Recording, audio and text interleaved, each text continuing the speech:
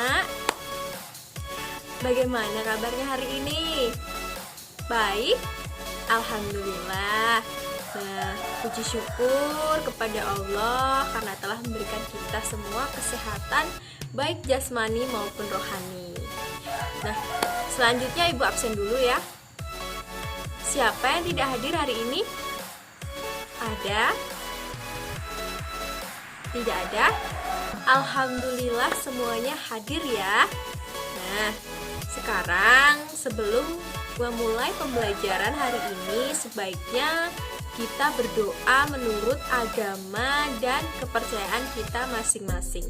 Berdoa, mulai.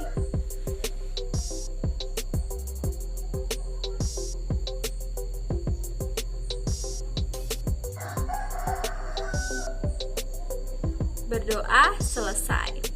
Kemudian sebelum kita memasuki pembelajaran hari ini, sebaiknya kita literasi terlebih dahulu. Silahkan buka buku bacaan kalian masing-masing, kemudian dilanjutkan membaca. Ibu beri waktu 15 menit untuk membaca. Oke, dimulai dari sekarang. Sudah selesai?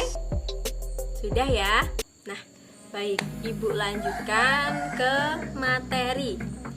Sebelumnya Ibu sampaikan tesi dasar 7.6, mengidentifikasi peristiwa alam yang terjadi di Indonesia dan dampaknya bagi makhluk hidup dan lingkungan.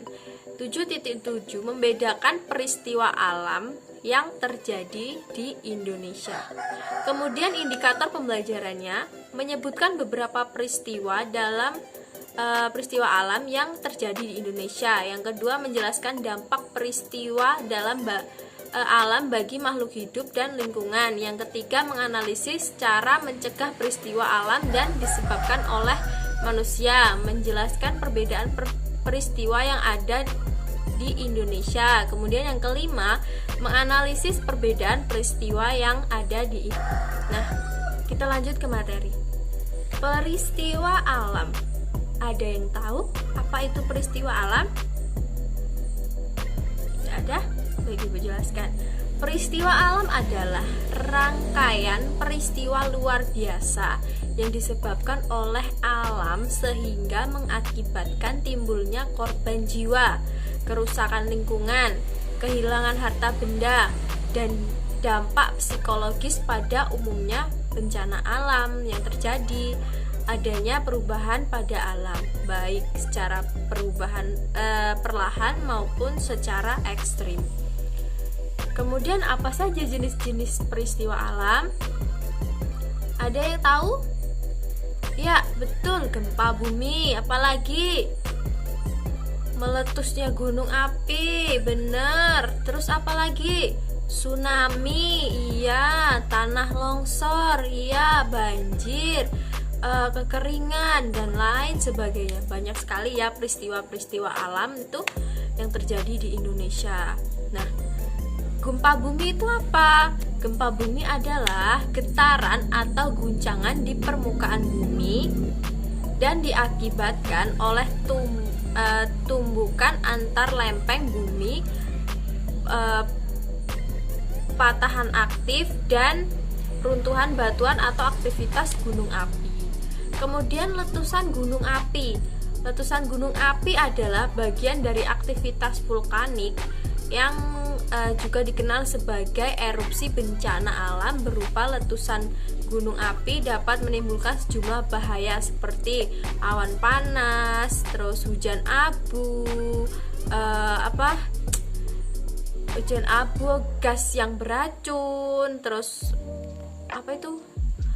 lava, dan lain sebagainya. Kemudian tsunami. Tsunami itu diambil dari bahasa Jepang yang artinya gelombang ombak lautan. Tsunami adalah rangkaian gelombang ombak laut raksasa yang terjadi karena pergeseran di dasar laut atau akibat gempa bumi. Nah, kalau ada gempa bumi itu biasanya disusul dengan tsunami. Semuanya rata. oleh lautan. Karena yang biasanya tsunami itu terjadi di daerah pinggir-pinggir pantai ya. Kemudian tanah longsor. Tanah longsor itu apa? Salah satu jenis gerakan massa tanah atau batuan yang juga campur keduanya yang keluar dari lereng akibat kestabilan tanah yang terganggu atau batuan penyusun lereng.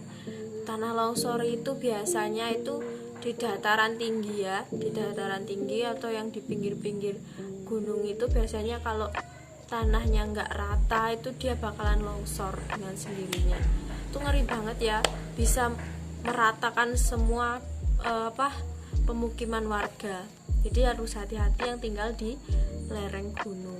Kemudian banjir, pasti tahu ya banjir itu apa. Banjir itu airnya menggenangi di mana-mana. Itu karena apa? Karena banyak sekali faktor. Misalkan dari air laut ini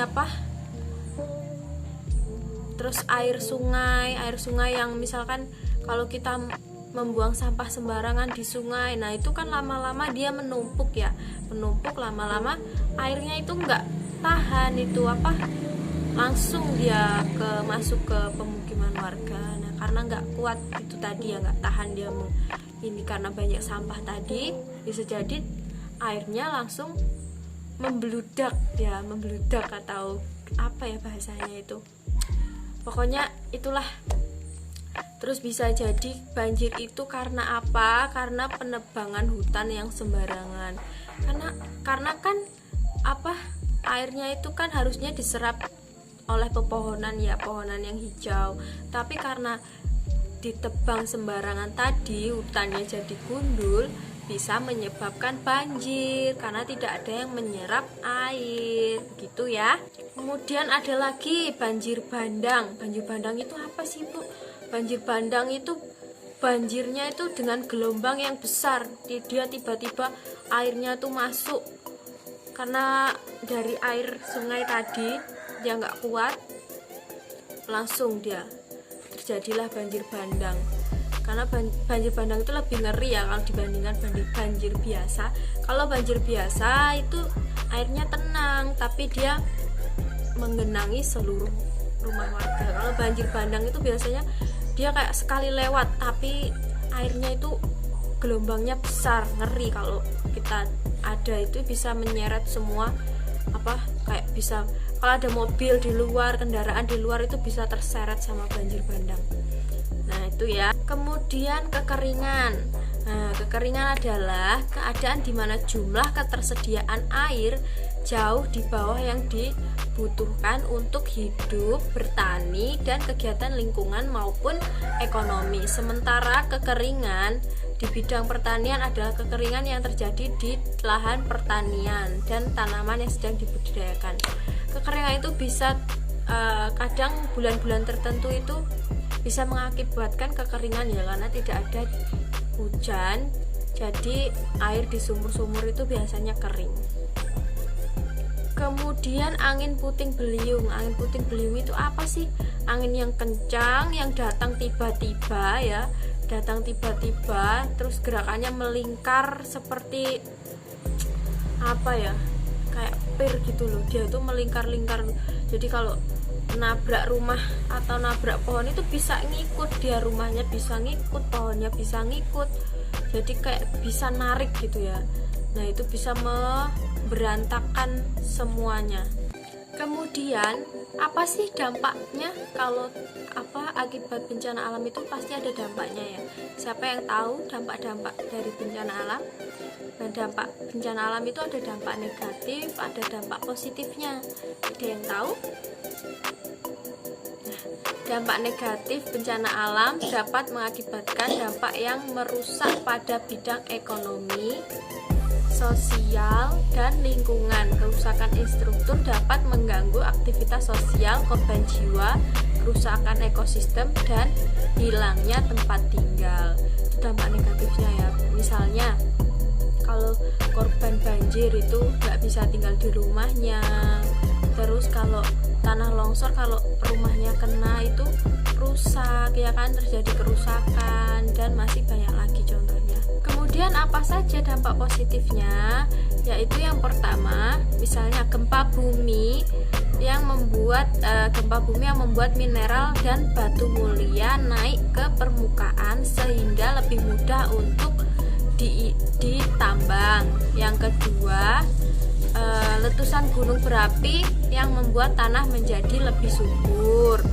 Kemudian yang ketiga, gempa bumi membuat daratan-daratan baru dan pelebaran pantai.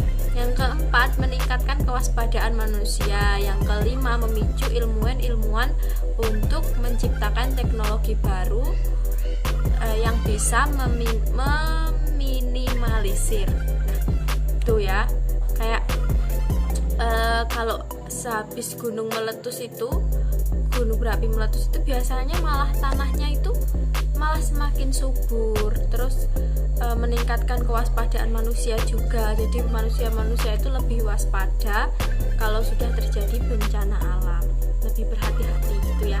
Kemudian penanggulangan bencana alam, caranya bagaimana? Yang pertama, menjaga lingkungan sekitar. Caranya gimana? Kayak misalkan cara sederhana saja, kita bisa menanam bunga, menanam pohon biar udaranya lebih fresh, banyak oksigen, lebih enak dipandang, ya kan? Nah, kemudian hindari membuat rumah di pinggir sungai. Sebisa mungkin jangan sampai kita membuat rumah di pinggir sungai. Karena apa? Yang pertama, bahaya apa? Karena bisa lebih rawan banjir. Yang ketiga, melaksanakan program tebang pilih dan reboisasi. Nah, maksudnya gimana? Gak boleh menebang, tapi harus dipilih-pilih. Misalkan kayak pohon yang sudah tua boleh ditebang, boleh dimanfaatkan kayunya, tapi tidak semuanya ditebang. Namanya penggundulan hutan. Kalau semuanya ditebang bisa menyebabkan banjir. Reboisasi itu apa? Reboisasi itu penanaman kembali hutan yang gundul. Kalau hutannya gundul, biar tidak terjadi banjir, kita tanami kembali tumbuhan-tumbuhan yang sekiranya bisa membuat hutan itu menjadi alami kembali. Kemudian buanglah sampah pada tempatnya. Nah, ini yang sering terjadi di lingkungan kita. Banyak yang belum sadar kalau membuang sampah itu sangat penting, harus di tempatnya. Banyak yang habis makan udah buang aja, nggak mau ditaruh di tempatnya. Padahal apa susahnya, ya kan, membuang pada tempatnya. Kalau membuang sampah, jangan membuang sampah di sungai. Nanti kalau sampahnya numpuk, sungainya meluap, jadinya banjir. Siapa yang rugi? Kita semua, ya kan? Nah, kemudian rajin membersihkan saluran air. Nah, saluran air itu harus rajin dibersihkan biar tidak tersumbat, biar tidak kotor. Nanti akhirnya kalau tersumbat jadinya apa? Ya banjir, ya kan? Bagaimana? Paham ya? Ada yang ingin bertanya? Belum? Ya udah, gak apa-apa. Nah, selanjutnya Ibu ada tugas buat kalian secara berkelompok. Nanti dibentuk beberapa kelompok. Satu kelompok terdiri dari 4 orang ya. Nah, di situ ada teks tentang gempa bumi. Nah, kalian diskusi bersama kelompok kalian. Diskusikan, cari apa yang dimaksud gempa bumi, apa saja penyebab gempa bumi. Nanti ada soal-soal yang Ibu kasih buat kalian. Nah, setelah itu kalian mengerjakan soal di sebelahnya, ada di halaman 58. Nanti di situ ada soal, silakan kalian kerjakan. Dan setelah itu dikumpul di meja itu. Nah, sudah semua ya, sudah mengerjakan, sudah berdiskusi. Sekarang siapa yang bisa menyimpulkan pembelajaran hari ini? Ayo, siapa? Jadi kesimpulannya, gempa bumi adalah getaran atau guncangan yang terjadi karena pergerakan lapisan batu bumi yang berasal dari dasar atau bawah permukaan bumi. Karena peristiwa alam itu sering terjadi di daerah yang berada dekat dengan gunung berapi dan juga di di daerah yang dikelilingi lautan luas. Contohnya gunung meletus, tanah longsor, banjir, dan masih banyak contohnya. Tepuk tangan buat kita semua. Nah, sebelum mengakhiri pembelajaran hari ini, marilah kita berdoa dan berdoa menurut kepercayaan kita masing-masing. Berdoa mulai.